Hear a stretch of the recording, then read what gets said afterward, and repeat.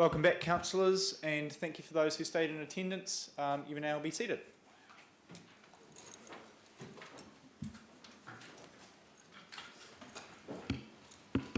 We'll now call the opening of the ordinary meeting of the Gore District Council. Did we have any apologies? Didn't lose anyone in between meetings? Thank you. And declarations of councillor conflicts of interest? None. Thank you, councillors. We are going to move. First up, we have a presentation from the lovely folks at LGNZ and Taitura. Can you hear us okay? I'm a bit crackly. Oh. So they can hear us, they just can't see us. Okay. I'd like to welcome Campbell Barry, who is the Mayor of Lower Hutt, Joe Miller, who I believe is the Chief Executive of Lower Hutt, and Susan Freeman-Green, who is the Chief Executive of LGNZ. Did you want to take us away, guys, when you're ready? They're all on mute. Can we unmute them, Susan? Oh, we can't. I don't know if we... I think one muted themselves. No, they have to unmute themselves. Were we on mute? Nope. We were on mute, so they probably didn't hear you. They could Oh, we were on mute. Can you hear us now? hear us. Yes. We can hear. Cool, fantastic. So I've just introduced you. So we've got Campbell Barry, Mayor of Lower Hutt, Joe Miller, who is the Chief Executive of Lower Hutt, and Susan Freeman-Green, who is the Chief Executive of LGNZ. Take it away when you're ready, guys.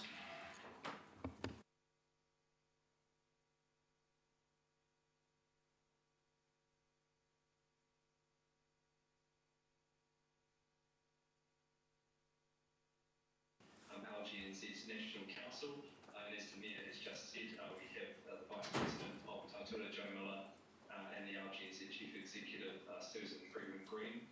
I just wanted to first acknowledge how tough the last few months have been for all of you.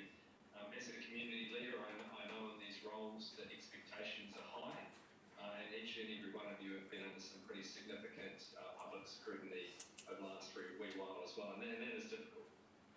Has quite wide-reaching impacts. I just want to appreciate and acknowledge also some of the movement from the council and all of us who tuned in through YouTube to your meeting just earlier, and it's fantastic to see a level of unity there and being able to look for that support that is needed and to be able to move forward. So just really wanted to acknowledge that. Just also wanted to say that in the roles that we hold, we all know we all want to do what is right by the people we serve and represent. And I'm sure that you're all incredibly conscious of that to be able to again move forward. So we are here to help and work as a collective between Taitura, LGNZ and the DIA to be able to get all of the issues that are currently there into a process through a review and investigated by an independent person who will not only be able to come up with finance, but also be able to, I hope, offer a pathway forward as well. Before I pass it to Joe, I just wanted to say also that while you face a number of unique and complex challenges, you are not alone when it comes to councils going through these types of challenging issues and times. While I was the youngest mayor before Ben stole my title at the local body election, but I have been around for around a decade in local government. And I've got to say that these issues do arise at councils throughout New Zealand. You are not unique, you are not alone, albeit there has been some pretty significant media scrutiny on you. And from my reflections, what I can see from those councils who have gotten through that, they have sought that independent support and expertise to be able to come in, to be able to trust the process, and to be able to enact some of those recommendations and support moving forward as well. So I absolutely think, particularly with the attitudes that I heard just half an hour ago, that you're in a good position to be able to do that. The only other thing I would mention, just as a from a process sort of point of view, is that with the momentum you currently have, I'd really encourage you as much as possible to reference and appointing an independent person to a smaller group of councillors to enable you to be able to move along quickly with that rather than the bureaucracy of going through a meeting process. But I totally understand that that's a decision for you. I just think that being able to jump on that momentum is something that would be quite helpful. Now I'll pass it over to Joe. Kia ora koutou katoa. Thank you, Mayor Bell and councillors, for the ability to be able to speak to you. As Mayor Barry said, you're not the first and you won't be the last council to have encountered difficulties, but you can change. And as stewards of the sector, both Te Tuala, looking after the local government officers, and LGNZ are united, like you, in wanting this situation turned around. And as one of the 3.4 thousand people watching you on YouTube today, we certainly saw that you made some significant steps today. The change will require every party concerned to shift, and you know that it's incumbent upon you all to do that. We'd like you to do it with our support, and that will deliver you the positive change for the future. No one party can stay where they are. No one party can be captured by the past and not able to move forward. Everybody has to shift and step forward. And I just want to, like my Barry, acknowledge how far you've come in the last 12 hours with the steps that you took today. The resolution that you took today was about bringing you together, perhaps rather than taking you further apart. It's given the degree of intense community politics that no doubt will still be in play at Raw, we do want to offer you, and we're delighted to see that recommendation, ongoing regular support, both in terms of the terms of reference, but perhaps also weekly meetings to help you keep on track. And I've had very powerful contributions from Councillor Hoval, other councillors and the Mayor in how you all wish to step forward. An independent review is the circuit breaker that's required in this situation, and it's really important that that's set up to make sure that it achieves the desired outcome. So yes, people need to understand how you got to here. Changes of control when there's been very settled governance at councils can be very difficult, and some people will be more prepared for it than others. But as well as understanding how you got to here, it's also really important that those terms of reference identify what you want good governance and a good management and a good governance culture to look like for the future. And we are really clear that we love to work with you. We suggest working with a small group, the Mayor, Deputy Mayor and Acting Chief Executive, with a group of us to come up with the terms of reference over literally the next few days this week, so that you can be confident that a process is robust, that it has the required breadth and depth and meets the needs of the Gore community in a timely manner. So as Mayor Barry said, we'd suggest some delegation, but that's the matter for you. There's no reason, even if there is a delegation, why they couldn't all be circulated to members prior to any delegation being exercised. And with that in mind, I'm here to offer support and wish you well, and I'll hand over to Susan. Thank you, Joe, and I too really echo appreciation for all the work and the conversations you've obviously had over the last 12 hours and the commitments that you've made to move forward. And also I acknowledge how hard it's been for all of you over the last few months, and it is so good to see you all here today and to have watched that extraordinary meeting and the way that played out.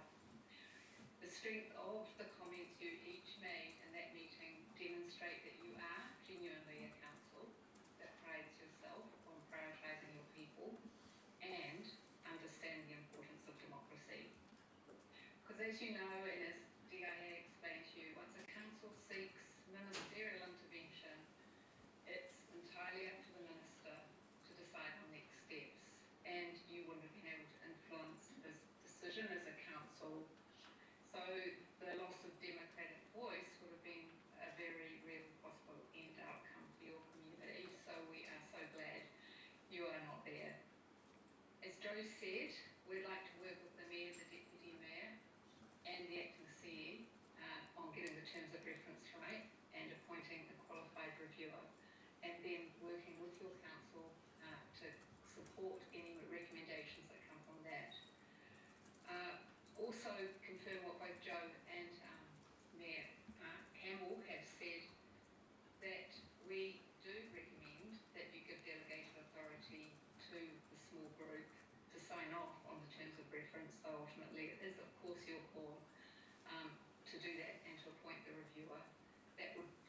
momentum and get this review underway as soon as possible, which we think is really important. Ultimately, we all want the same outcome, and this independent review will give you and your community confidence to keep going forward in a really meaningful way. We're happy to take questions. We Thank- can't see you actually, but we know you're there. You'll have to get up the Watch the YouTube channel. yeah. You'll have to get up the YouTube recording. Thank you, Campbell, Susan, and Joe for each of those talking points. That was fantastic. I will open it up to councillors for questions for the three individuals that we have on screen, if we have any.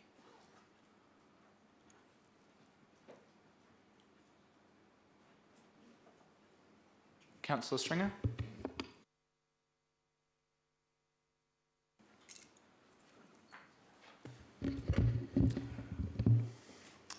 Thanks. Through his worship. The ongoing regular support, how often do you think that should be and what form? Thank you.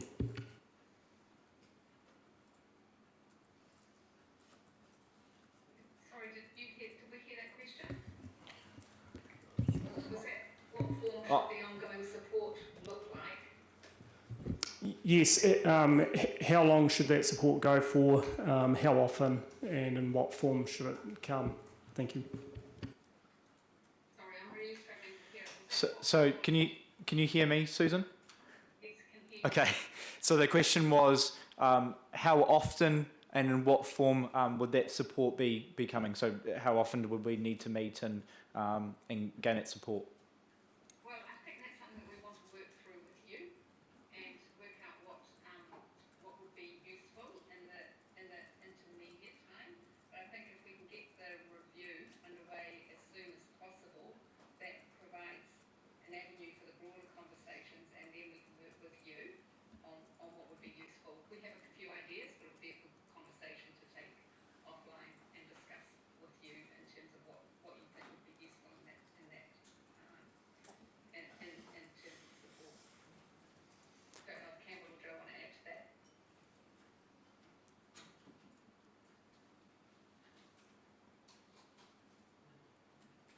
No, I think that probably covers it. Easy to take that conversation offline.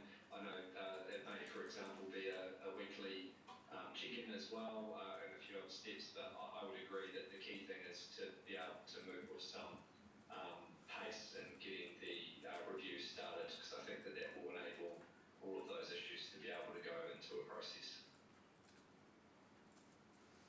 Thank you, Susan and Campbell, for that, and thank you, Councillor. Do we have any further questions?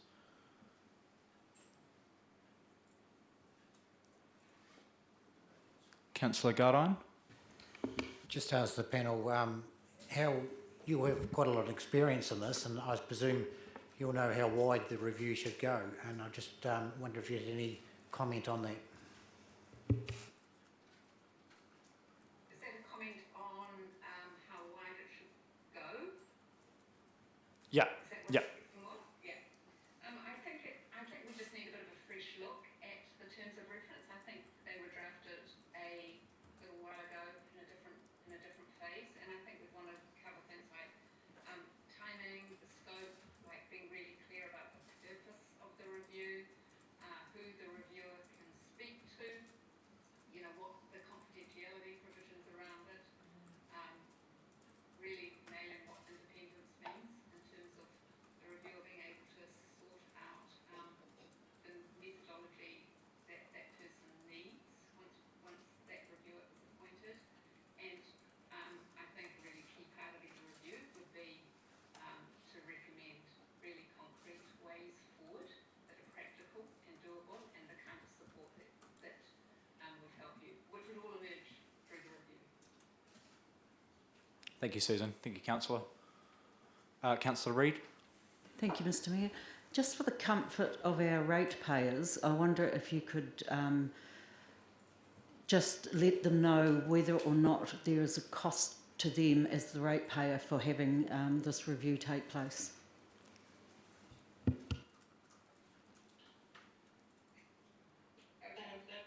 There will be a cost to the review, councillor. I'd suggest the cost is less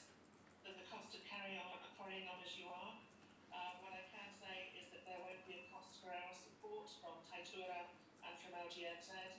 Some of your staff are our members. GOR is the member council with LGMZ, and this is what we do to wrap around. I'm confident, having been in a situation with other councils where these type of reviews take place, is that you will find every cent well spent, and you will be very satisfied in the future. Thank you for that. Thank you for that, Councillor, and thank you for that, Joe. Any further questions?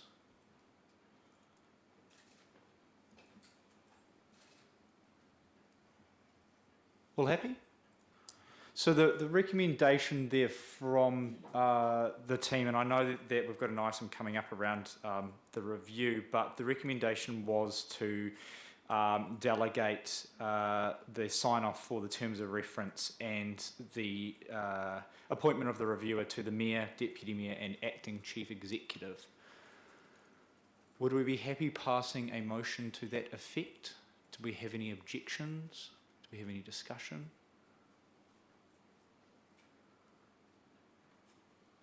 Councillor Dixon?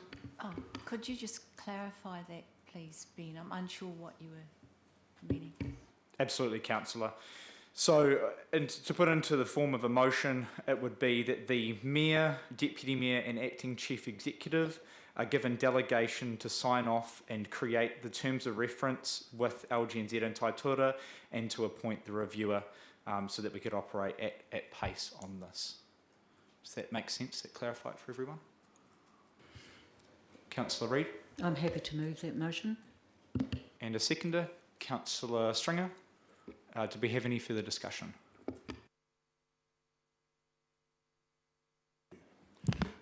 Just before you vote on it, I'd just like to, I suppose, reassure Council that through that process it will be my role to keep you informed of the work that is going on with the Mayor, the Deputy Mayor and myself with LGNZ and Taitura, and that you will be kept up to date with both the progress of it being developed, the process in which it's been developed in, and all the milestones that that group will be working through. I think as our representatives from LGNZ and Taitura mentioned, the momentum is really important to be kept going, so I really appreciate the fact that you've got that motion on the table today. And the other thing I think that it would be prudent of me to just remind you is I will also be needing to put a report back to you with respect to covering the cost of the review through an unbudgeted expenditure item. So you will be expecting that as part of that process after that delegation is followed through. But I just wanted to be prudent and wise in informing you that there's that to happen as well. Thank you for that, Rex. Do we have any further debate? No. I will put the motion. All those in favour, please say aye. And against, the motion is carried. Thank you, councillors. And thank you to our guest speakers. That was fantastic and very informative, and thank you for taking the time out of your busy schedules to zoom into GOR and help us out. Thank you very much. That's it. Let's get back to the agenda. So, item number 3, confirmation of minutes.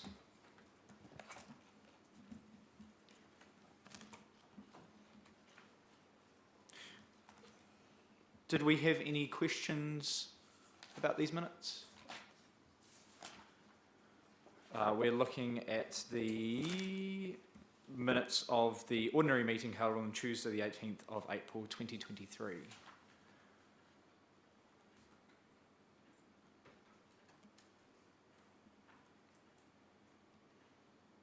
No burning questions. Could I get a mover that those minutes are true and correct? Councillor Dixon, and seconded by Councillor Phillips. Any further debate? All those in favour, please say aye. And against? The motion is carried. Confirmation of minutes of the Audit and Risk Committee meeting held on the Tuesday 2nd of May 2023. Did we have any questions?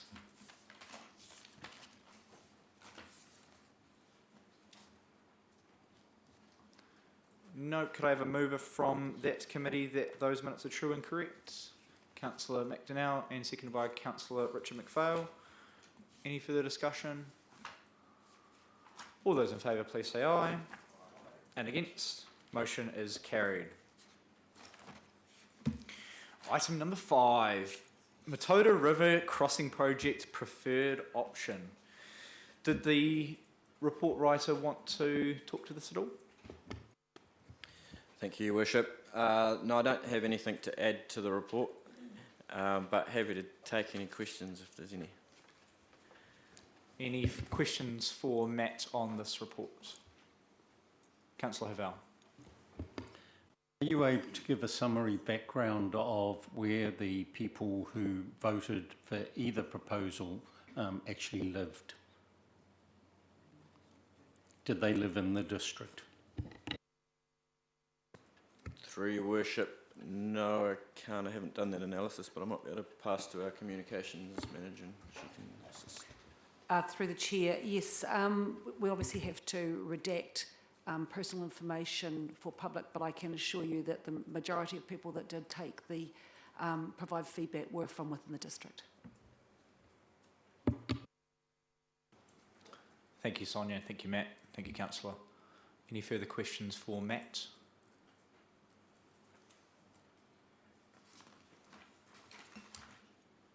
I will ask for a mover that the report be received, and then what we might do after that is do what we did the first time round and go around the room and get everyone's opinion, because it is a very topical conversation. So, report be received is moved by Councillor Havel, seconded by Councillor Stringer.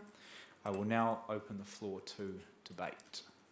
Do we have Councillor Havel?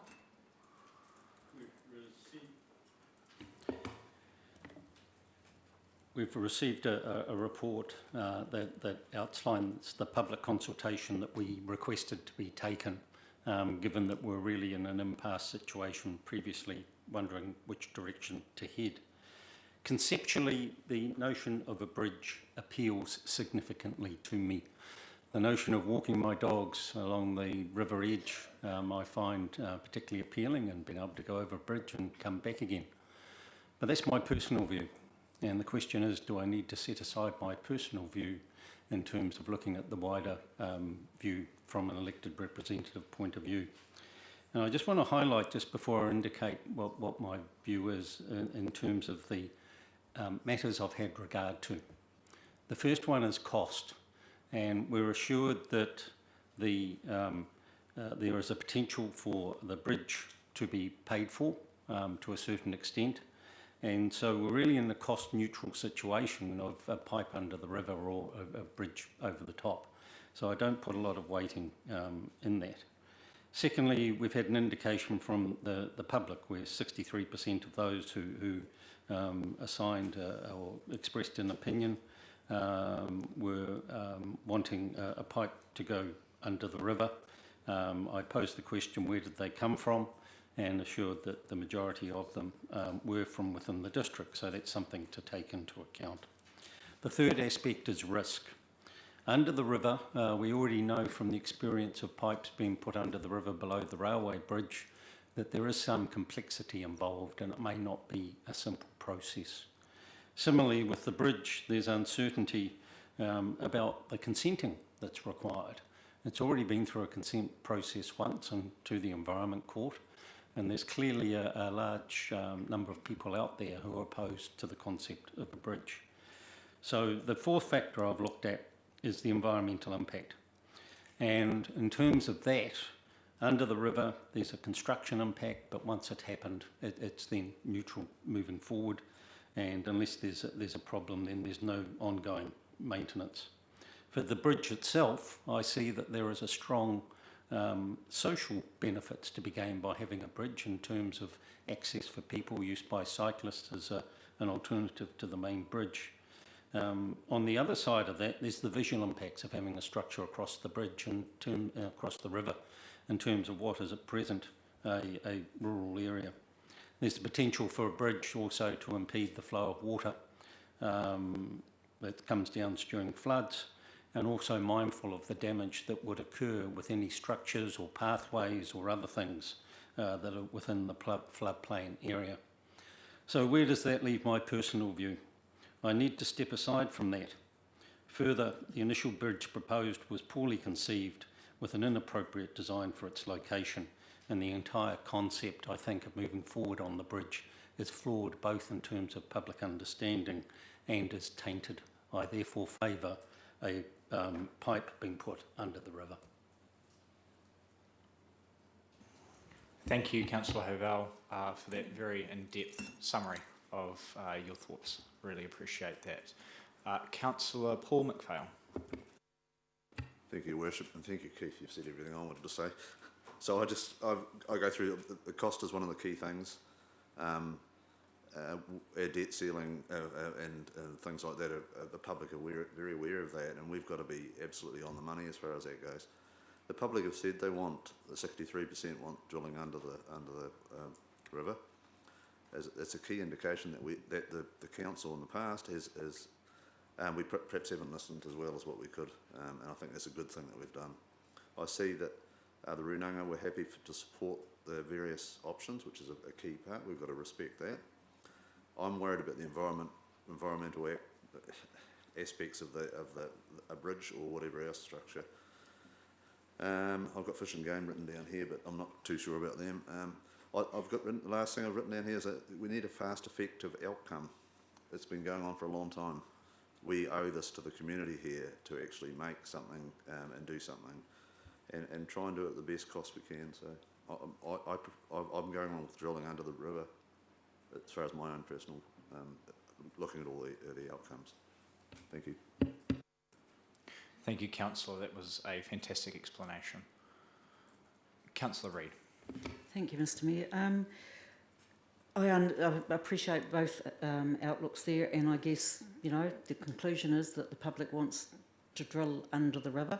So far, I have read 217 of the 399 submissions, and one comment I would like to make is, and this has actually just been in the last week, I'd like to thank the submitters because they were very, very thorough, and the people, it was quite interesting reading, the people who chose to do the pipeline, very black and white, yes, do it.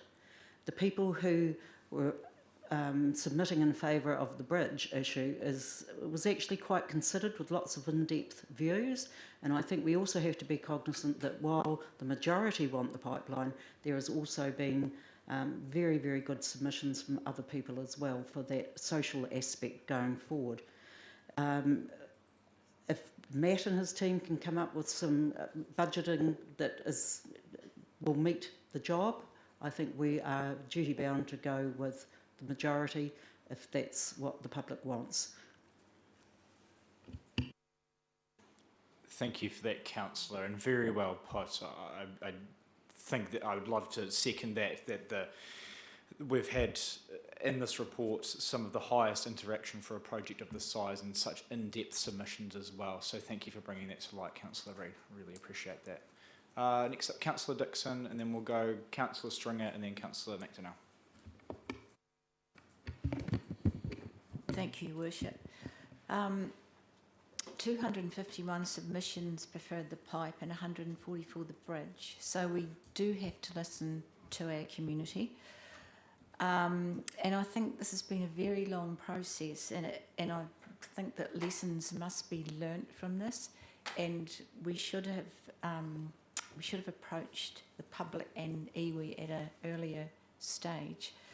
So I agree it's cost neutral, but it does have a short-term environmental impact where the bridge perhaps has a long-term one, and there is concern about flooding.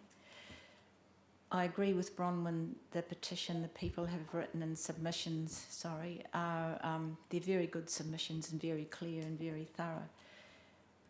Going back to another consent for a bridge is going to be time consuming, so I would prefer the pipe under the river. Thank you. Thank you, Councillor. Very well put. Councillor Stringer. No, it's going to go now. Thank you, Worship. One thing I'd like to note is the consultation has been very good with the public, and the public has spoken back to us, and they've given us a strong indication of what they want to happen, and I think we have to seriously take it on board on where we go in the future.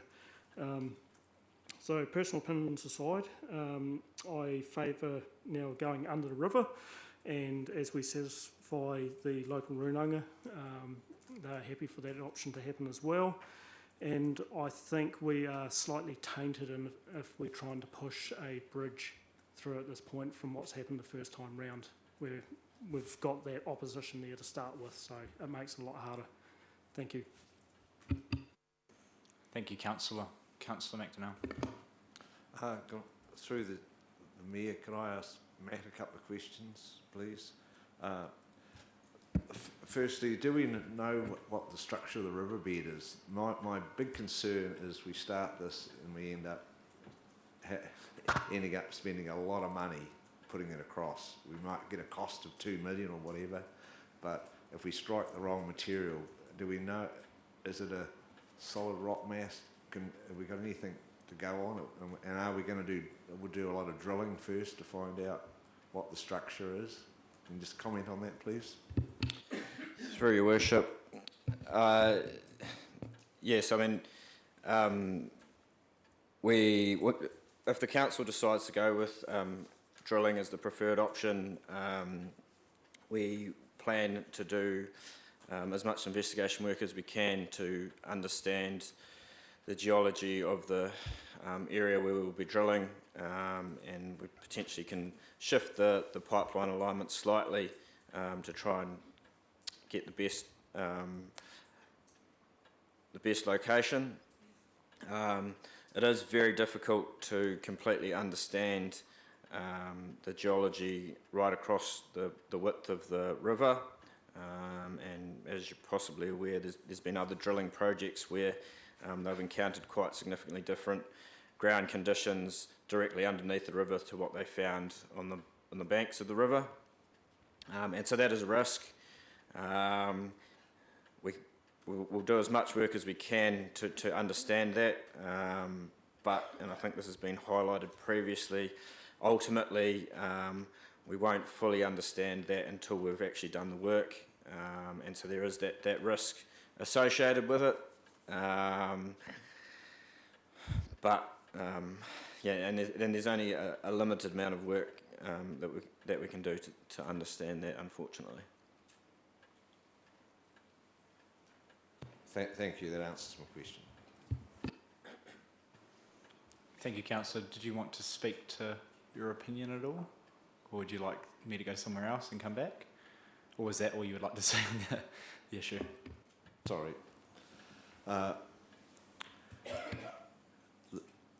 Because I'm a very frugal man in life, I prefer certainty. So I think the bridge, if you got that designed, even though it takes more time, even though the public are against, I think there's more cost certainty in the bridge option, and there's more chance of, if you need to put more pipes on a bridge, you can do it.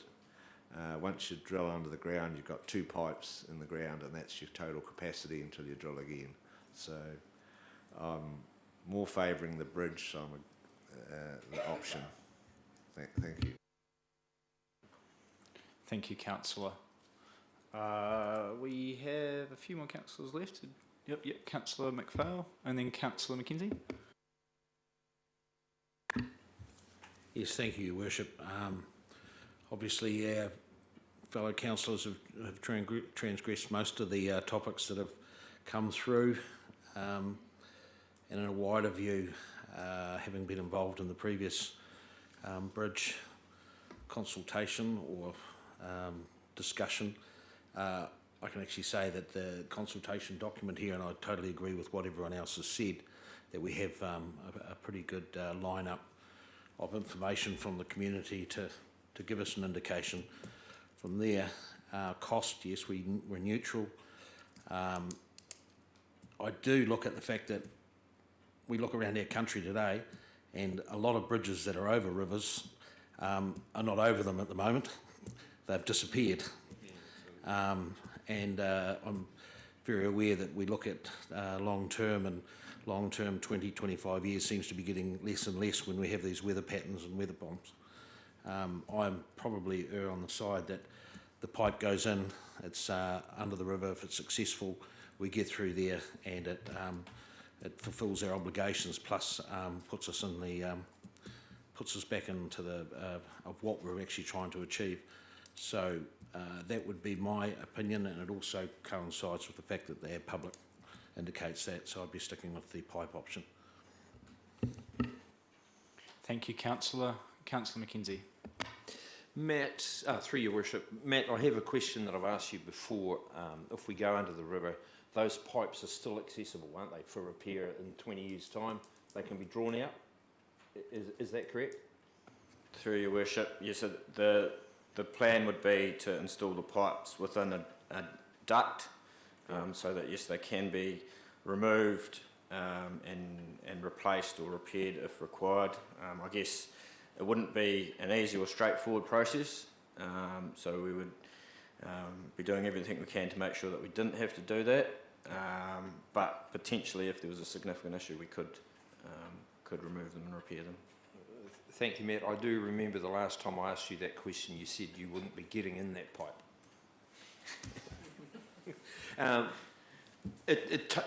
Yours truly, it totally makes sense.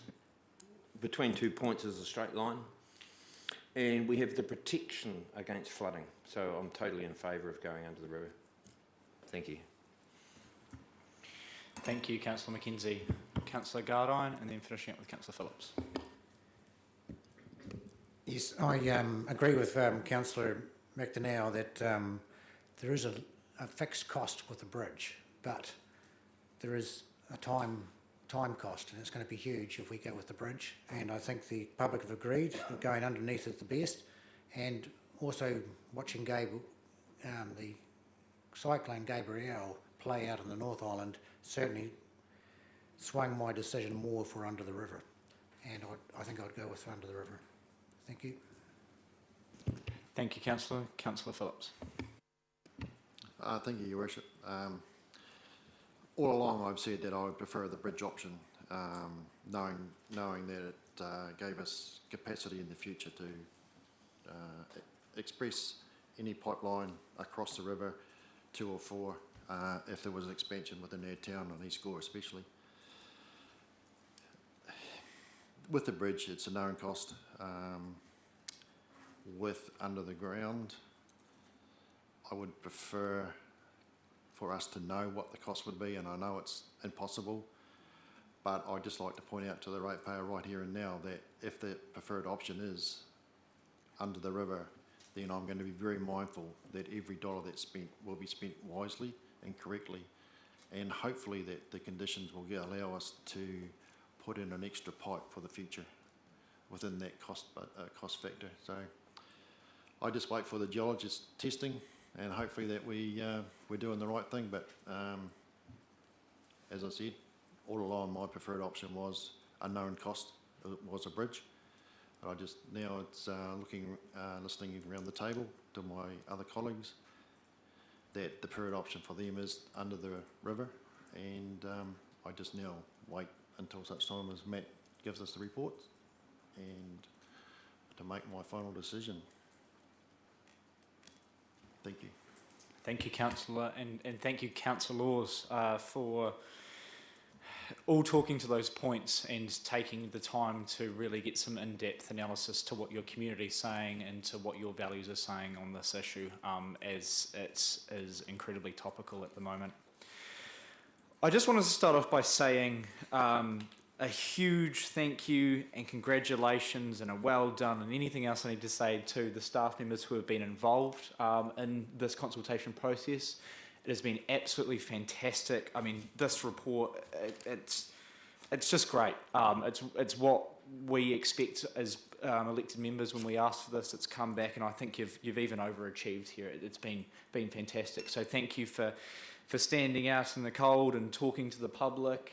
Thank you to elected members who have gone out and spoken to the public, engaged their community. Regardless of the motion that is passed here today, I think as a community we can look back and be proud that we all got involved in a project, we all had our say, and we all got to have our voices heard. So thank you very much. As for my opinion and my community's opinion, I campaigned on back to basics, so I think I've always wanted to go with the simplest option. I've had a huge amount of people come and see me in my office to talk about the bridge, which is just fantastic. It makes my job a lot easier. I've had probably about what this outcome has provided of about 70-30 in terms of under the river versus bridge. I hear what people are saying around the bridge, around it being a full loop, around it being socially impactful. But on the other hand, I also hear how just get on with it, go under the river. Councillor Hovell brought up around Environment Court before. I can't fathom that we wouldn't, if we went with a bridge option, end up in Environment Court again. That's a real fear of mine. It adds to more cost for all of us around the table and wider in the community. With that, I wanted to make it acutely aware, and I know that Matt's touched on it before, that the road bridge that we have in Gore and the rail bridge are heading towards the end of their life and will need to be replaced in the near future. I believe that Matt said they have about 20 to 30 years left. We've all seen what devastation and destruction has done to the likes of Hawke's Bay and further north. So I think that while it sounds like the underground option may be the preferred option today, the thoughts of a bridge may not be dashed. We're going to have to look in the future, definitely in my lifetime, at what a new road bridge is going to look like, what a new rail bridge is going to look like, and at that time there's plenty of opportunity to put a cycle and walkway across there. And also, to Councillor Phillips' point, to add more pipes if we need to. Hopefully we don't need them before we can replace that bridge, and I totally acknowledge those points. So if there's no further discussion, I'm not going to allow comment from the public, I'm afraid, sorry. But I will put the motion of the report be received first. So all those in favour, please say aye. And against, the motion is carried. And from what I'm picking up from elected members, I will ask for a mover that the Matoda River Crossing project, that the council resolve to focus on getting the pipeline across the river by drilling underneath it. Could I get a mover? Councillor Paul McPhail, seconded by Councillor Gardine. Do we have any further comment on the motion that's on the table? Councillor Reid. Could I just refer the public to the fact that the main bridge is nothing to do with the Gore Council, because while I was reading the submissions, there were a lot of people who really thought that we should be hanging pipes off the bridge, both bridges actually, and both of those bridges are not under our control. Thank you. Thank you, Councillor Reid. And not to argue against that point, but there are further discussions to be had when that bridge gets replaced, and I'm sure the council will be involved in that, but totally agree that it's not under our purview. Do we have any further discussion? May I ask that if elected members are against this motion, that they feel comfortable voting against it? That is your right as an elected member, so don't feel pressured in needing it to be unanimous. I will put the motion. All those in favour, please say aye. Aye. And against? Councillor Phillips, would you like that recorded or not? Thank you. The motion is carried. Well done, councillors, and thank you to the community and staff.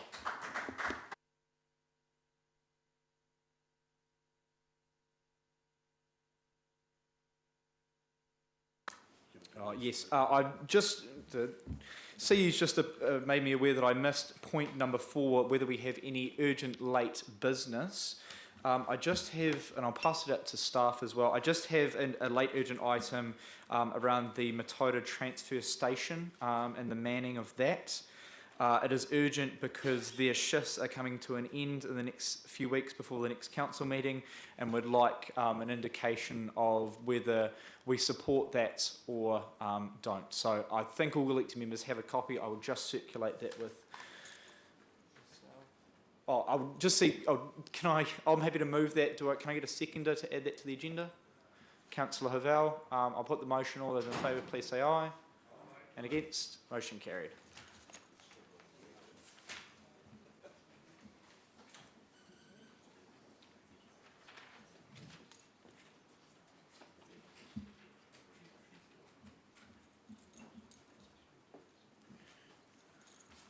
So we'll add that to the bottom of the agenda, which will be point number 14 now. Did we have any other urgent late business? No? Okay, let's move on to point number 6, traffic installation adjustments. Did the roading manager have any fresh information he would like to update? Through your worship, I think hopefully my report is reasonably comprehensive. Really, it's an update after a reasonable period of time since the first adjustments were done to the previous innovative streets project. But that period of time has shed light on how the components that have remained have been performing, and potentially further adjustments that need to be made to those remaining facilities. Thank you for that, Murray. Did we have any questions for Murray?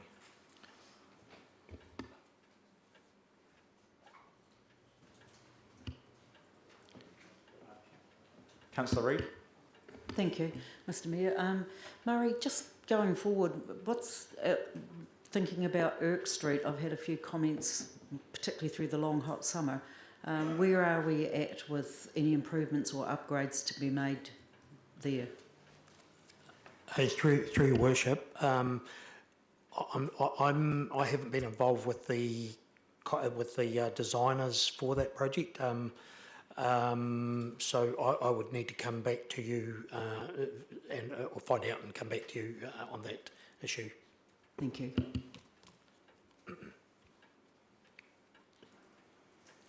Councillor Phillips. Thank you, Your Worship. Just in item 3 on Wigan Street, Barry Street intersection, I've had a reasonable amount of conversation with the people that live in Wigan Street, and some of them who've been there for a long time physically forget that the give way sign, even though they are the largest give way signs you can possibly get, continually forget about it and drive straight through. So just the item about the effective solution could be a roundabout.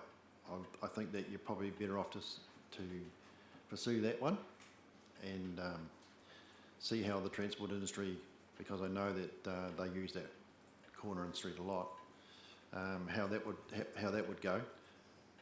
And I would probably prefer a roundabout rather than a give or stop way signs on either of those corners. Yep.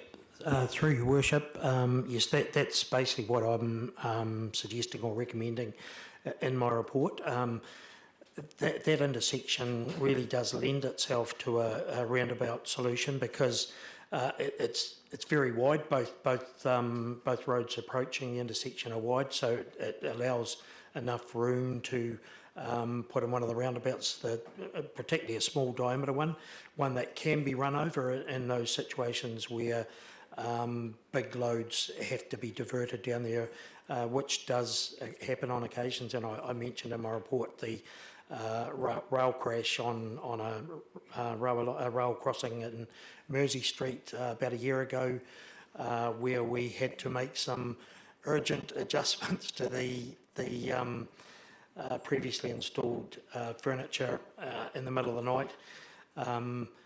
But a roundabout, I think, would help traffic flow there, but it would also help slow traffic down on that long straight Wigan Street without unfairly penalising anyone, really. Sorry, could I just add a comment to that as well? Is the intention to move, if we were to remove the roundabout from Crew Street, to move it there, if that was successful? Through your worship, yeah, that's exactly what I think we should do. That would obviously minimise the cost of putting that solution in place. Thank you, Murray, and thank you, Councillor Hervell, and then Councillor Dixon. I am a frequent user of the roundabout at Crew Street and Ardwick Street, and there's considerable confusion as to the way that it operates. So I guess point one is we actually need some education on the way that the smaller roundabouts are supposed to work. There is a lot of misunderstanding, and you see people driving over them quite regularly, and give way doesn't apply. In the case of that roundabout, traffic that's coming along Arbwood Street, turning right into Cruise Street.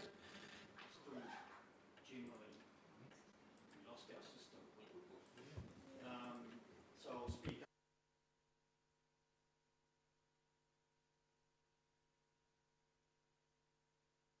for their own safety, because the speed of which vehicles are coming down the hill.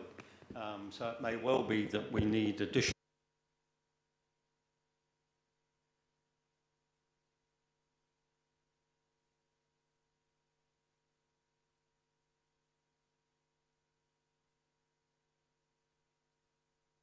need to be looking at rather than just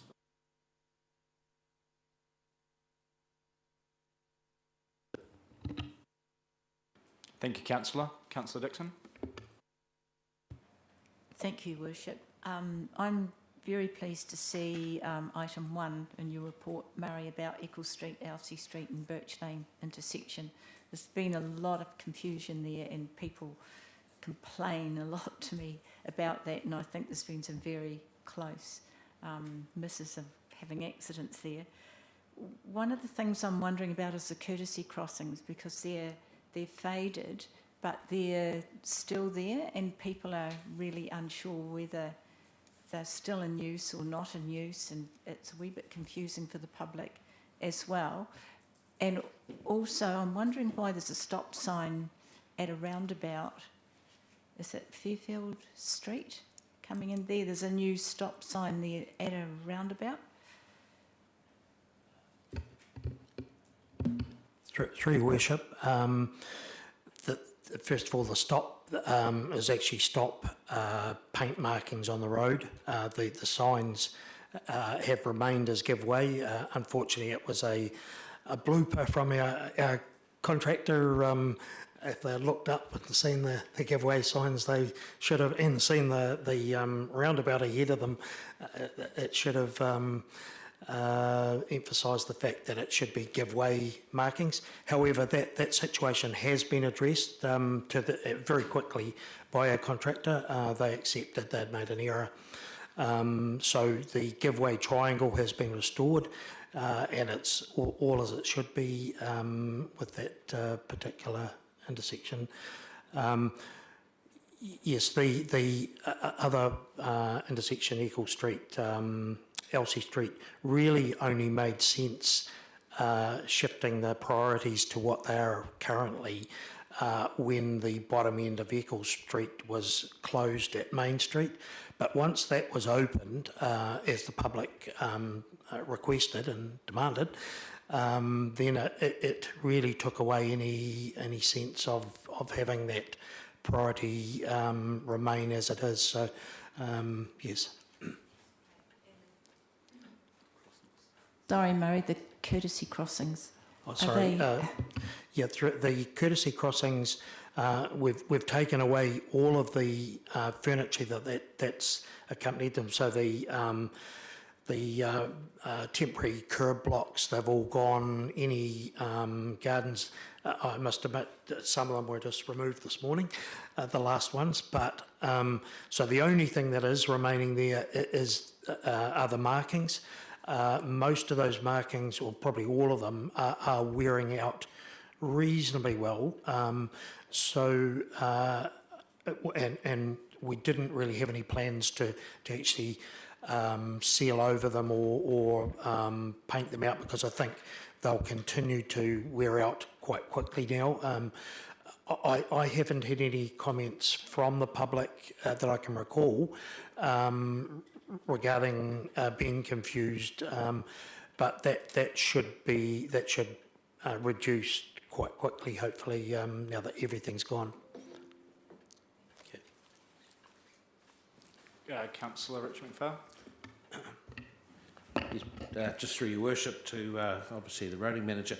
Sorry, I got my back to you. But in regard to that list there, is that the list that that was the final list that had come through our ex-roading manager when we did that final review. It was all those, just confirm, I probably could do this by phone call, but just confirm that is the final sort of review document that we had that was doing the corrections from the end of Streets Innovative and Streets Alive. And Through your worship, the items that we've removed were basically all of the items that that I was aware of that had been requested to be removed by the councillors, and the items that remained were those that the councillors had requested remain in the meantime, and so the report that I've put in is requesting adjustment to that list of remaining items that had been agreed by the councillors. Thanks, Murray. Just one more matter in regard to what Councillor Reid has said. At the end of that, and in the review, the Irk Street project was one of the favourable points that came out.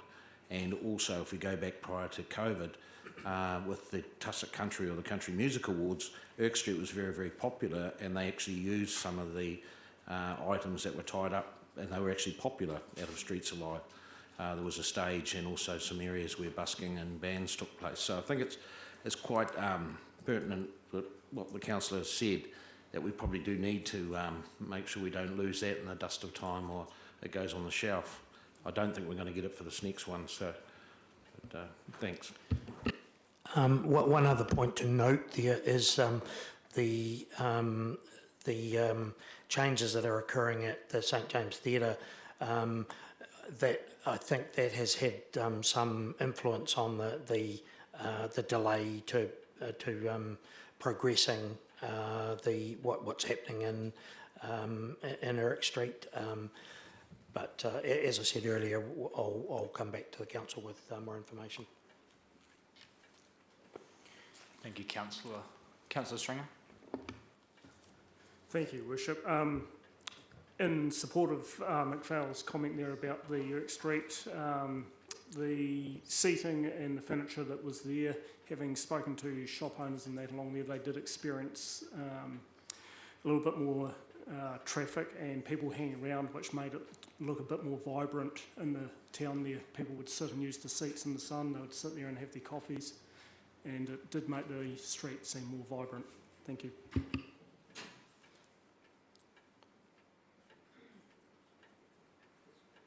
Sorry, thank you, Councillor. Councillor Paul McPhail. Thank you, Your Worship. I'd just like to agree with Councillor Havel about the education's a key thing. I think one of the things that we take for granted is when something's new, we really need to explain to people what's happening and take them on the journey, as everybody talks about, and just explain to them what's happening and why we're doing it and things like that. And I know in Streets Alive, the council did try to explain to a lot of people, and a lot of people didn't realise that, but I just think we need to educate them. And while we're doing it, we can show, tell them what's on below their steering wheel, which is an indicator, will be helpful as well. Thank you, Councillor. Did we have any further comments? I feel like it's all agreements with what's proposed, but Councillor McKenzie? Just a quick comment. Education around roundabouts is massive, because Paul, you've seen it, we've all seen it on the Mersey Street, the amount of people that think they have the right of way when they're on the state highway. They just drive straight through and don't even look. I don't know what to do about that. Personally, I think roundabouts are wonderful things everywhere, but it's just some people don't get it. They're on the main highway, and I've seen it time and time again, they just drive straight through without even looking, and there's people stuck in the middle there going, what? What we do about that, I don't know. Thank you. Thank you for that, Councillor. And I think there was a recurring theme around there around education. I do wonder whether it is our responsibility or it's a letter that we need to write to Waka Kotahi in terms of some further education specific to our district. I'm not particularly sure whether we divulge into that. Murray, and then I think Rex wants to talk about Irk Street. Through your worship, yes, it is definitely an issue that we have been thinking about and considering, and probably a good vehicle for that education is through Road Safety Southland, which our council is part of. So I will be taking that issue to Road Safety Southland because I'm sure that it isn't just Gore drivers that need education. I think it's the wider region. So we'll be taking that issue to Road Safety Southland. Thank you for that, Murray. Yes, it's people coming to the Gore district and driving erratically rather than our own residents. I agree. Sorry, Rex. Thank you, Your Worship. Just to help you with the Irk Street revitalisation project, about 8 or 10 months ago, started to get involved with the landscape architect with regards to developing or looking at further developing that concept. It's subsequently been put on hold through to other matters that have taken priority, both from a organisation-wide perspective but also from a project-based perspective. And I think with the conversation today, it's certainly an opportunity. I actually just had an email from the landscape architects just last week asking where they were at or where we were at with it, and I said, not anticipating this conversation, but it said that we'd like to start thinking about redeveloping that or rebuilding that approach. So the other thing I'd suggest is with the long-term plan process starting to get underway in terms of some identification for what might be priorities going forward over the next 3 to 10 years, it's certainly a process that we would encourage you to incorporate your thinking for that Irk Street rejuvenation into that process as well. And rest assured, Murray, while you haven't been involved with it to date, I'm sure you will be.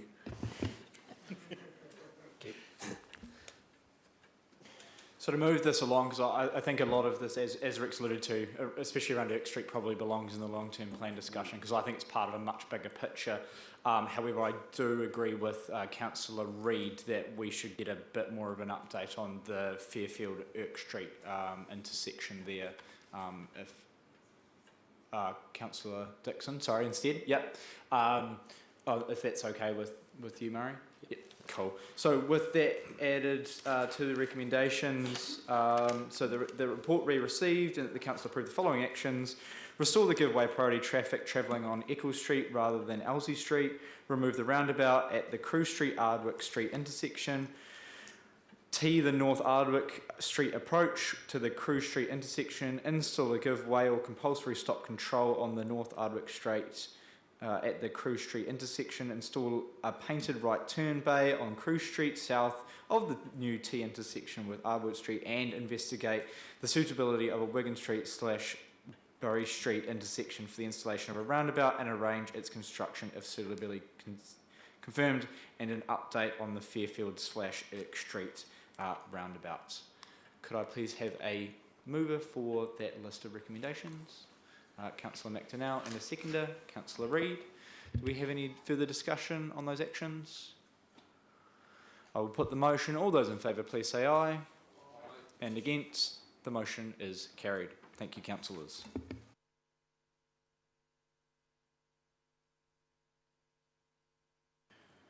Next up is the point number 7. I feel like we have made a number of resolutions here today that probably cover that, so if there is no further discussion, I think we move on to point number 8.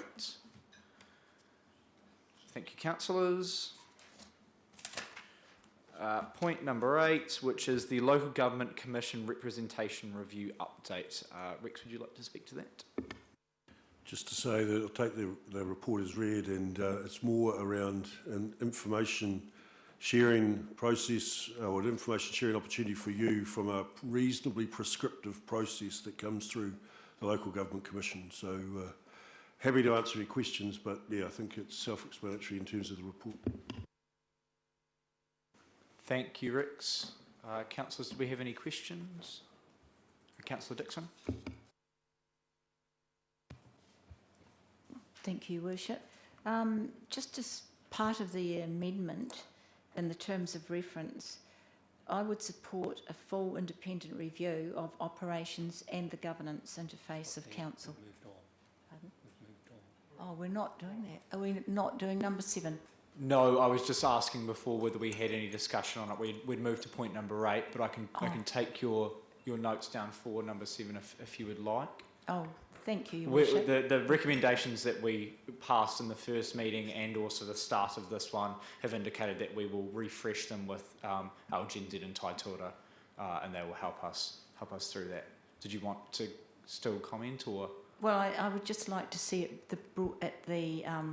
broader, so that it takes in the governance and the operational interface, because I think what has happened just recently means that it's really a fair process for all parties.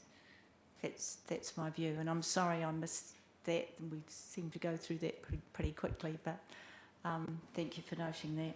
No, that's okay, Councillor. I'm sorry, I flicked through that quite quickly. I think, based on Councillor Stringer's question to our presenters today, they were looking at making the scope significantly wider, as in the effect of do it once and do it right. So, and at pace, it seems. We happy to move on to number 8? Any further comments? No, number 8. Do we have any questions for Rix on that one?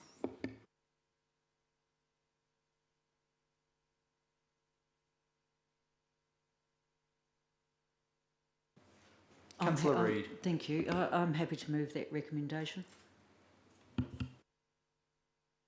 Councillor Stringer is the seconder. Could I just get clarification on just that second one there, Rex? You weren't suggesting that we make the appointments to that independent panel today, or were you looking for recommendations for that panel today as well? No, I was looking for you to support the appointment of an independent panel. I'll come back with a separate report and canvass and take on board your views in preparing that report as to who might be appropriate, because we try and get wide representation of community members as part of that as well.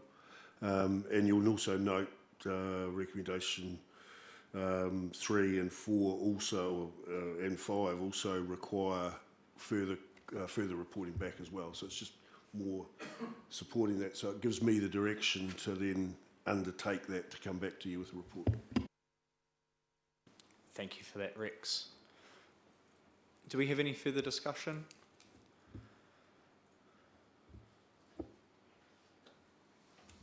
I will put the motion. All those in favour, please say aye. And against, the motion is carried. Thank you, councillors. Next, we have the Transportation Procurement Strategy 2023. Would Murray like to speak to this report at all? Thank you, Worship. So as you'll see, the attached Transportation Procurement Strategy is before you. So this is slightly overdue. Unfortunately, changes in personnel, it's slipped through the cracks. We've gone through quite a process, both with our consultant and with Waka Kotahi, and I must say Waka Kotahi were very useful, constructive, and assisting us to get to the strategy that we've got. The strategy does it's basically pardon the pun, a roadmap to procurement of all of our roading activities, from professional services to physical works. Without the strategy, or the endorsed strategy, we basically we theoretically cannot do any new procurement which relies on subsidised funding. So it is quite critical that we do have the endorsed document available to us. One of the things that should be noted is that we we've taken the approach of quite a wide approach, so that it allows us lots of different options in procuring the various activities that we do. And that includes a collaboration with our neighbours where that is advantageous to us, and where they allow us to do that. We have done that in the past, and that has been has proven acceptable to them, and it's been quite successful and saved us money. Thank you for that, Murray. Do we have any questions for Murray? Councillor Gardine? Yes, that was the point I was like to make through Your Worship to Murray is, with our seal renewals, is there quite any or a big advantage in collaborating with our neighbours to try to make it a bigger tender and a stronger tender? Through Your Worship, that's very likely to be the case. I'm actually in discussion with both with our two biggest neighbours at the moment, and I think it's the likely path that we'll take. One of the potential things that we may save on is tendering costs, which can be quite a large amount. So there are definite advantages if we can get everyone to agree. Thank you for that, Murray and Councillor Stringer, and then Councillor Reid. Thank you, Worship. Through to Murray. A couple of questions here. One of them is, in the report, is talking about the increase of the number of contracts being awarded to New Zealand businesses. Are we using any foreign suppliers or foreign chain suppliers? The other one is in working in regards to the rates that we're currently putting towards our roading. Obviously, the NZTA can have a contribution amount to it. Would we be worth putting a little bit more into roading, and will that increase the effect that NZTA feed back to us? Through Your Worship, in answer to your first question regarding offshore businesses doing our roading contracts, currently the main what you might classify as offshore businesses are more involved in the professional services consultancy side of things. We use quite a wide range of professional services consultants based on their expertise in particular areas, but the likes of Becker and Stantec are overseas owned businesses that they've derived though from businesses that have been purchased from New Zealand. In the physical works area, all of the physical works contractors that we use, which is the vast majority of our expenditure on contractors, they're all New Zealand based. Some of those, particularly Downers and Fulton Hogan, have expanded overseas, but they started from New Zealand, and I think New Zealand is probably still their main areas of activity. So the way we've structured our contracts, we've probably maximised the opportunity for local contractors to be involved in our work. Sorry, the second point was regarding additional funding going in, or rates funding going into roading. The budgets or the estimates, the draft estimates that we've requested for next year's annual plan do include an increase in rates fund or requirement for rates funding.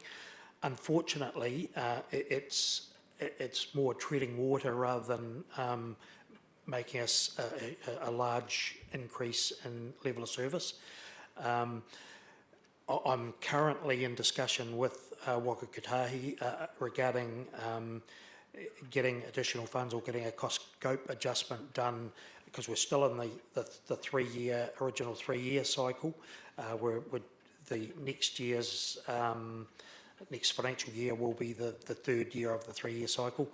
The 3-year funding was agreed to and set by Waka Kotahi at the start of that cycle. But one of the problems that we do have, and Waka Kotahi do have in providing us some assurance as to whether we can, whether they can match our increased needs, is the other things that are happening around the country.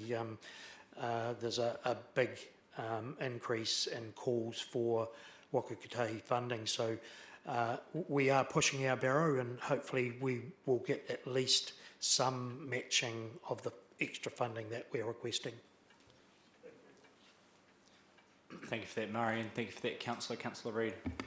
Just a comment, and then I'm quite happy to move that recommendation, but thanks for the report, Murray. It's nice and in-depth. Funnily enough, I quite enjoy the roading and conversations. I will say it's really a pleasure to read that report and note that local businesses are given the opportunity to tender and are usually very well received with their pricing. I mean, that allows, you know, employment and financial benefits to the district, and I think that's a really good, positive move. Thank you. Thank you.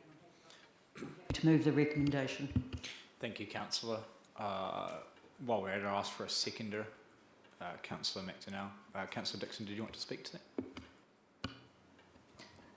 I just wanted to say, through your worship, Murray, I read through this and I can see the amount of work that you've put into this policy. It's quite amazing. So, yeah, excellent work and a very good report.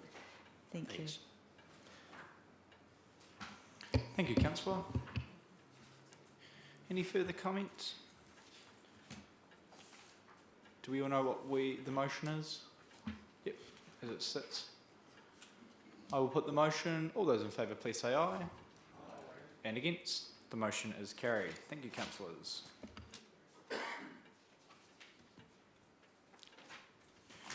Service delivery review for roading 2023. Murray, would you like to talk to this one? Through your worship, yeah, this report is very closely associated with the previous report. An E17 or Section 17A review is required of all of our activities at the frequencies that I've indicated in our report. We were again overdue for this E17A review, but we were again assisted by external parties, particularly our collaboration with our neighbours. Southland District Council were in exactly the same position as us, and we've both collaborated with a consultant who Invercargill City had recently used. So, what we expected to be several months to prepare, we were able to prepare quickly with the consultant that we used, and it met the requirements of Waka Kotahi. So, as so it was part of the procurement strategy as well. Thank you, Murray. Questions, Councillor Gardine? Just through your chair, the chair to Murray, the consultant would be able to only charge a third then, wouldn't he? So, sorry, what's that? The consultant would be only able to charge a third if he could share it with the three of us. Through your worship, yeah, I think we did get a cut, or both of us got a cut price rate with that close collaboration. Thank you for that, Murray, and Councillor Gardine. I think those are very good recommendations, and I'm glad to hear that that we're already in the process of making some magic happen by the sounds of things. Do we have any further comment? Last for a mover. Councillor Stringer, seconder. Councillor Gardine. Do we have any further discussion? I will put the motion. All those in favour, please say aye. And against? Motion is carried. Thank you, councillors. Minutes of the Matoda Community Board meeting. Were there any questions arising from this? I see that we have the chair here, so she may be willing and able to answer questions if there are any. Might just help councillors slightly and just point to some areas that might be worth discussion. Following a discussion with Councillor Phillips yesterday, I think it would be paramount that we have a Gore District Council representative and, more importantly, the Matoda Ward representative on the proposed Tulloch Park Stage 2 project team. Did we have something in the rounds of a recommendation to the board that Councillor Phillips be added to that? Councillor Reid? I am happy to move that motion. Moved by Councillor Reid, seconded by Councillor McPhail, that we will make a recommendation that, sorry, just for procedure, is that appointed by the board, or can council can appoint that? Okay, so we can add Councillor Phillips' name to the list. So firsted and seconded that we add Councillor Phillips' name to the list. I will put that in particular motion. All those in favour, please say aye. And against? Motion is carried. The second one that I pull out is the point number 6 around the financial accounts. The board has recommended, or has requested the council provide an additional $10,000 to the Matoda Beautification Fund. Did we have any discussion around that? Councillor Stringer. Yeah, through his worship, I was just wondering if that money was earmarked for anything already in future. I would imagine, I'm happy to point to the CFO on this one, but I would imagine we would have to find that $10,000, so we would have to pull it from a different area, yeah, which would be part of the annual plan process that we're currently going through. Do we feel that it's a discussion for annual plan? Councillor Phillips? Thank you, Your Worship. The reason why I brought this up to attention to the board was the mere fact is that in 1983, when we first had no funds and we applied to council for the $20,000 for beautification funding, we stored it up and then spent the money on several projects within Mataura during that period of time. And we have done a lot of projects in Mataura over the years with this money. And I just thinking about the time frame in 1983 was 20 odd thousand, and now I just think it needs to be increased. Whether it's an annual plan event, I don't think so. To me, it's no different to council approving a grant to any other organisation within council, and I believe that that should be done. It would be totally different if the board weren't prudent with their money and just spend it willy-nilly, but they don't. And I think it's proven over the years with the projects that's been gone through the board. Thanks. Thank you, Councillor. Good argument. Councillor McPhail. Yes, through your worship, just a query to Councillor Phillips. So, do we know why it was 20,000 back then? Where did the amount come from? 20,000 was a lot of money in those days. Oh, yeah, that's what I'm saying. It's not much these days, but yeah. No. It was the mere fact is that we thought a 5-year break, or in between a 3-year break of term, that we would have enough money to do a major project within that period of time of that board. So we'd have enough saved up so the board could do a reasonable amount of projects, and that was the reason why. Just on the basis of what the other councillor Phillips is indicating there, 10,000 does seem very, very reasonable to be considering and discussing here. Thank you, Councillor. Councillor Dixon. Thank you, Worship. I think it seems like a great project and it's a good thing to do, but I'm really hesitant to put another 10,000 into our annual plan process. And as Councillor Phillips has said, I think it should be part of the grants that we consider during the next term.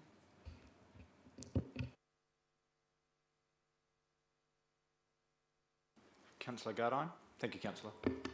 Yeah, I think it's probably an issue that should be brought up for the annual plan, because the 20,000 goes in every year, I presume, and we've got 7,950 there now, and we're looking down the barrel of a pretty hard annual plan, and we need to actually discuss it as the whole budget for this coming year. Thank you, Councillor. Councillor Havel. I can see merit in both options that have been put forward. So for me, the question is, if we've got a grant fund available, is there 10,000 sitting there that is able to be used?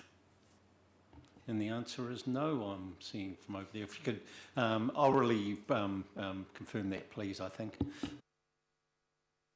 That was a no. Councillor Stringer. Thank you, Councillor. Through His Worship, I think what Councillor Phillips is trying to say is that due to inflation over that time frame, his budget has dwindled. So I think this is probably something we do have to look at, some sort of plan going forward. Thank you. Thank you, Councillor. I guess I'd like to add, and I don't know if this builds to the point or not, but there's quite a lot of work going in Matoda now with the likes of Tulloch Park Stage 2, the pool being pulled down, the medical hub. I don't know whether an increase in the beautification fund would help the further development of the community, given the amount of money that's being poured in, or whether the amount of money being poured in is the contribution. I'm not sure, but it's just food for thought. There are quite high profile projects going in there, but that extra $10,000 might help make the rest of the town beautiful to add to those projects. I'm not sure. I would tend to agree with councillors around, I think it's a bit hard to make a fair call with being outside of the annual plan discussions, but I do feel for Councillor Phillips of wanting to give the board a little bit of certainty now. Councillor Phillips. Thank you, Your Worship. While I'd like to say right here and now that the council all agree, but if it needs to come to the annual plan, that's fine. But I'm putting you on notice, all you councillors, that I'm looking for $10,000 in the annual plan. Thank you. Through Your Worship, the intention is, in the timelines that I've seen, that you'll be adopting an annual plan in about 6 weeks or 7 weeks. So we're talking a 6-week period to have this conversation and to have an actual confirmed decision. I take note of Councillor Phillips putting you on notice, and I'm sure that will be raised again when you have your draft annual plan conversation on the 30th of this month, and then adoption on the 27th of June. So I'm sure it will come to your table a couple of times yet for $10,000. Thank you for that, Rex. So I think just to move the conversation on, I think it's just noted at this stage, and then we'll have that proper discussion at annual plan. The next part I'd like to pull out is the next one down, which is item number 7.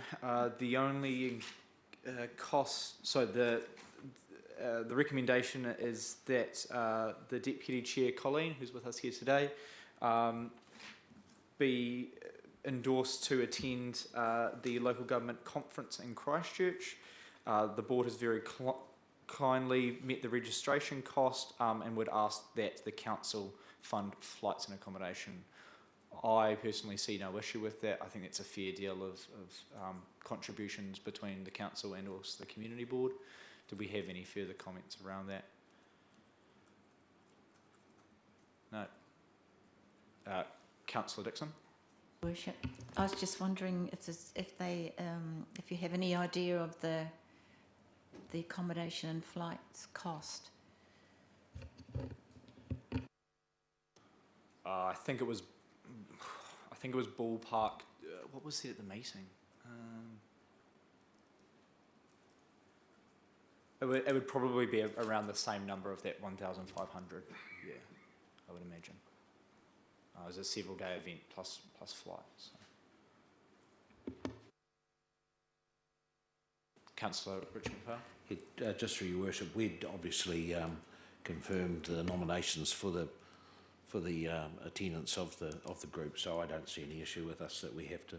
We would definitely be with those flights and accommodation. I support that. Thank you, Councillor. Just for clarification, that would be in addition to Nikki coming along as well. So there would be 3 of us plus the Chief Executive as well. No changes there. Fantastic. Let's move on to number 8, which is that the board requests the roading manager to invest cleaning the inside curves. Do we have any issue with that as a council? Awesome. Moving on. The other recommendation on number 9 is that the gravel flanks be maintained to a higher standard and graded on a more regular basis. Do the council have an issue with that at all? No. And that the board, so number 10 now, and that the board note the roading manager would formally advise Waka Kotahi of the board's request for a permanent speed reduction. So that would mean that the 70k zone that has been temporary as you're coming into Matoda would become permanent. No issue there either. Oh, Councillor Stringer? Yeah, through the worship. I just noted there were 2 respondents or 2 people that spoke to it. Were there? Yeah, 2 emails that were supportive of it. Have we had any feedback onto the contrary from people there at all? Through your worship, not to my knowledge. I don't think there's been any negative feedback to that. Thank you, Councillor. Look, Nikki, you wanted to speak to that? So both ends, so it would include the entry to Matoda as well, which would be a new addition, I believe, yes.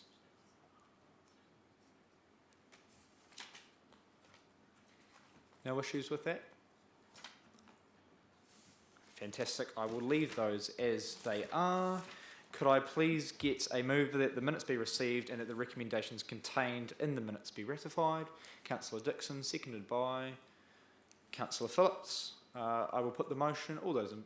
Councillor Gardine.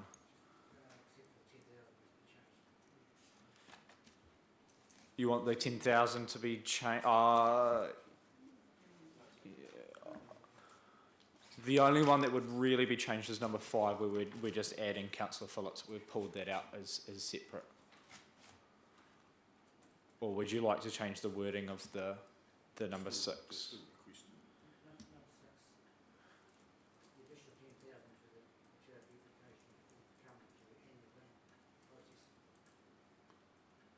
Yes, we can change that recommendation. That'll come to the annual plan process.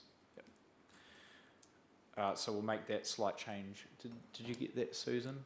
So point number 5, it's the addition of Councillor Phillips, and point number 6, it's that recommendation. Yeah, considered as part of the annual plan. So I had a mover and a seconder. Do we have any further conversation? I will put the motion. All those in favour, please say aye. And against? The motion is carried. Thank you, councillors. And thank you, Community Board. James Cumming, Community Centre and Library Development Project update. Did you have anything to add there, Rex? No? No, just in the absence of the Chief Executive, I'll take the report as read, and I think it's reasonably self-explanatory. Thank you. Could I have a mover that the report be received? Councillor Reid, seconded by Councillor Stringer. Do we have any discussion? Councillor Phillips. I just think congratulations all round are required, Your Worship. And yeah, if we can get a building sitting next door to us for that calibre, for that money that we've spent, I think it's been a very, very worthwhile project. Thank you, councillors. And I don't know about the rest of the elected members, but I've definitely had positive feedback from the entire community around the use of it. Councillor Reid. only a comment and probably irrelevant in the big scheme of things, but recently been told of two people from, one from the North Island, one from the South Island, who were here for a family gathering. The wet, cold day, they didn't know what to do. They'd already had a coffee and a meal, so they actually came to the library. And one went one way and one went the other, and they were there for 2 hours. They really enjoyed their stay and commented on what a fantastic facility it was. So I thought that was quite positive. It's a lovely story. Thank you. Thank you, Councillor. Councillor McKenzie. Just a quick comment as well. I had a text from a listener that had been there from out of town. I just wanted to comment on your beautiful library, and that was the text. But you know, it's great feedback. Thank you. Thank you, Councillor. I will move us on. I will put the motion. All those in favour, please say aye. Aye. And against, motion is carried. Number 13 is the summary of the mayoral forum. I wasn't there for most of it. I was only there for the beginning of it. Did Councillor Havel want to speak to... This isn't the most recent one, it's the one beforehand, just for clarification. Do we have any questions from elected members? It's a bit dated now, but yep. Could I just have a move that the report be received? Councillor McDonnell and a seconder, Councillor Havel. All those in favour, please say aye. And against, the motion is carried. Last up, we just have that urgent item. So hopefully councillors and staff are now slightly more familiar with it. The grant, I've just calculated the numbers during the meeting. The grant currently sits at $3,640 per year. I would suggest, and this is just off the top of my head, that we double it. I think that's a fair assessment, which would bring us to $7,280 per year. This is a grant. The bowling club is not our employees, so it works like any other grant, just for clarification. And I believe that Jason may be happy answering questions if putting him under in the spotlight if councillors had any. Councillor Dixon. Thank you, Worship. Can I just ask you, Jason, is it really important for the transfer station to be open on the Sunday and for 5 hours, or could it be for 2 hours perhaps on a Sunday? Save some funding. Yeah, I might just see if Neil can field that one for me, but hopefully we can get some feedback. Yeah, thank you, through your worship. The Matera has managed with the staffing that it's had, but I see in the letter they're talking about 2 people there at a time. I'm told often there's only 1 person. And also, if it has been looked at to move forward, there needs to be some memorandum of understanding of what is expected of them.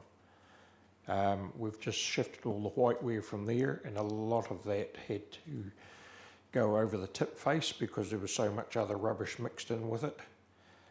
The skip truck does a weekly pickup from there to bring the general rubbish up to Gore, and he's often only bringing up half skips, but it's 2 half skips rather than a full skip. There's no management actually being done once the person goes through the gate. That may be a bit harsh on me saying, but that's what I observe. And there's stuff dumped at the gate. Could be there on a Thursday, Friday, but it's still there on the Monday, Tuesday. And I have to get contractors in once that builds up. So there probably hasn't been much oversight with the agreement that was with the bowling club, and I'm not sure what the agreement actually was, but technically it is not called a transfer station in Matera for the Ministry for Environment since they brought in the waste levies. So we've removed it off that, and it's basically a collection point, and the reason for that was anything that was stored, we could be liable for a levy as it goes into Matera, and then another levy as it's transported up to Gore. But one of the conditions of taking that off the database of a transfer station was that we are not allowed to store anything on site which was scrap metal. So that's therefore we've had to clean up that. You. Thank you for that, Murray. Councillor Phillips. Sorry. That's Thank you, all right. Neil.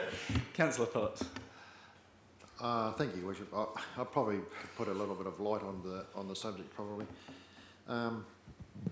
when we the transfer, sorry, the collection point now was shut as a landfill. We had to have some sort of point for the local residents to go to and remove their rubbish, the people that have green waste, etc., right? So it was mooted by the community board at the time, and I was one, that we approached a local organisation who wanted to look after the so-called transfer station then, and use it as a fundraising activity. This year, last year, things started to go a little bit wayward, as Neil had just explained, and we did have a meeting with the current bowling club, pointing out our disappointment and our views, and we did change a few aspects. But I look at the point that they're looking to stopping this current job that they're doing for us at the moment. If the transfer station was to shut because of the lack of people wanting to go in there, because they couldn't go in there, I can guarantee that it's going to cost you more than $7,000 with the amount of fly tipping to remove from the Matara transfer station. So I would just like to recommend that you seriously think about putting up what you've suggested, the cost suggestion, but also have a more firmer talk with them on the aspect of what you expect them to do, right? We don't expect having the rubbish still left on a Sunday afternoon at the gate. We expect it to be put in the containers, etc., etc. And I think it could be that that maybe $7,800 or $7,080 might not be enough. We could probably put it up to maybe $7,500, and then have the definite terms of reference of saying that, okay, the bins must be completely looked at, filled up properly before another one is filled in, to stop half the bins, or the bins being removed, only half full, etc., etc. So you fill one before you refill the other. And that way then I think it's getting to the point where our money that we're going to be spending could be saving in the long term. Just like, and until and I think we're about, 6-7 months away from having a proper talk about what we're going to do with Matara.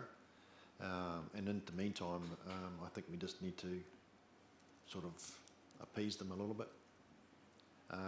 And I am mindful of what they've said in the letter. I did put my apology, I just did not show up. That was a bit naughty of them. But yeah, I like to think that we are putting our hand out a little bit to them until such time as we really know what we're doing. And I think that we really need to do that. Thank you, Councillor. Councillor McPhail. Thank you, Your Worship. Just thinking about that, I'm just looking at it from perhaps a club or society looking from the other direction. They may think they're a bit disgruntled because they're not getting paid enough to do a job. There's a possibility. On the other side of it, as a council, we're trying to work with waste management at the moment and trying to show an example of what we want to do to lessen that load and do a good job. I think working with them is a definite advantage in the meantime. So I wouldn't be too worried about. I think paying them some more is a good idea, as a good representative of the district. Thank you. Thank you, Councillor. May I suggest a recommendation from what I'm hearing, because coming back to, it's a very similar situation to what we had with the board, is this needs to come back to annual plan discussions. While we can indicate that we're going to do it, it needs to come back to annual plan. That might give a decent time frame for Neil and or Jason to have that conversation around a memorandum of understanding in line with that. Jason?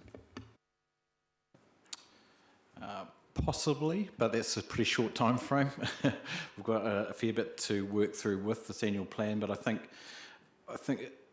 for the sake of the meeting, I think if we can work on it on that basis and consider it as part of the annual plan, that then allows myself and Neil, we can work with the bowling club and just establish those rules. And as Councillor Phillips pointed out, there's a longer term conversation here that needs to go into our long term plan process, which is in the coming months, just around, again, the full service or the full value chain of waste throughout the district, and where we need to make improvements versus and efficiencies. So I think that's part of that bigger conversation.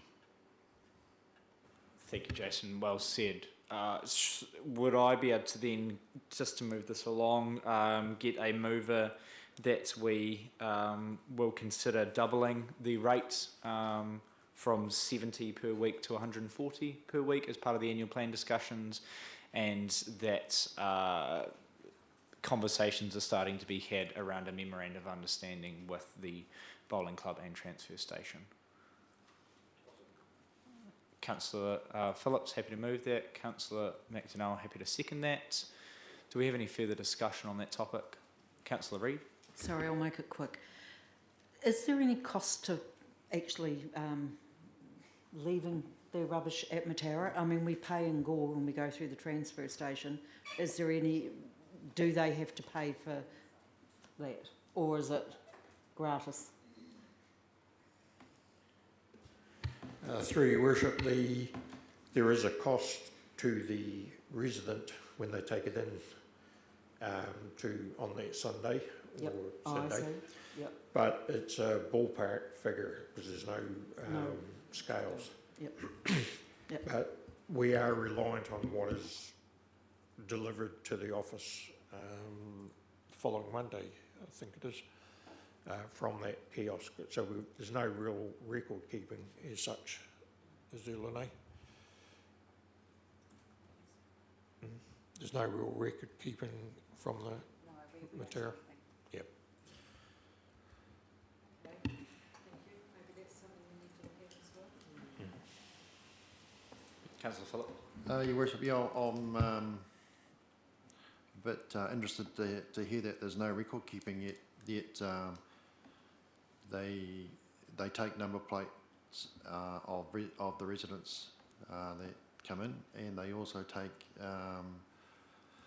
a list of monies going in, what they estimate to go in, and so on. And that was part of the discussion in the middle of last year when they were getting a little bit lapsy-daisy, and we had a discussion about they should be doing a bit more control. But if they're not doing that again, I think we need to have a little bit of a heavy stick. My comment there was that now that you say that, I'm unaware of any record keeping, and I don't know if Jason is either.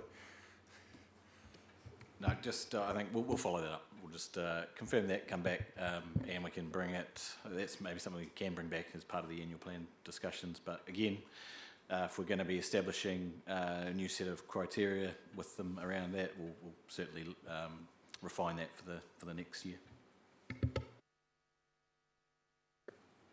Thank you for that. I wonder, sorry, I'm going to slow this down again, but I wonder if it's actually an issue for the community board. Might be worth more their time than full councils, but just a bit more of a focused effort, just given the problems. Or Councillor Phillips? I think we can flag it to the community board, Your Worship, and just get them to put it on the agenda for discussion, and they may have some answers to bring forward to council. But in the meantime, let's just get on with what we've discussed here today, and carry on with what Jason's trying to do, because he can bring reports to the community board as well, and together we're going to sort this out. Thanks for that, Councillor Phillips. And yes, I think that we leave it up to the interpretation of the staff as to which group it goes to. Yep. So we have a mover and a seconder. Do we have any further discussion? I will put the motion. All those in favour, please say aye. Aye. And against, the motion is carried. Thank you, councillors. That brings us to the end of the public session. We will have a little bit of a break, maybe a 5-minute break in between.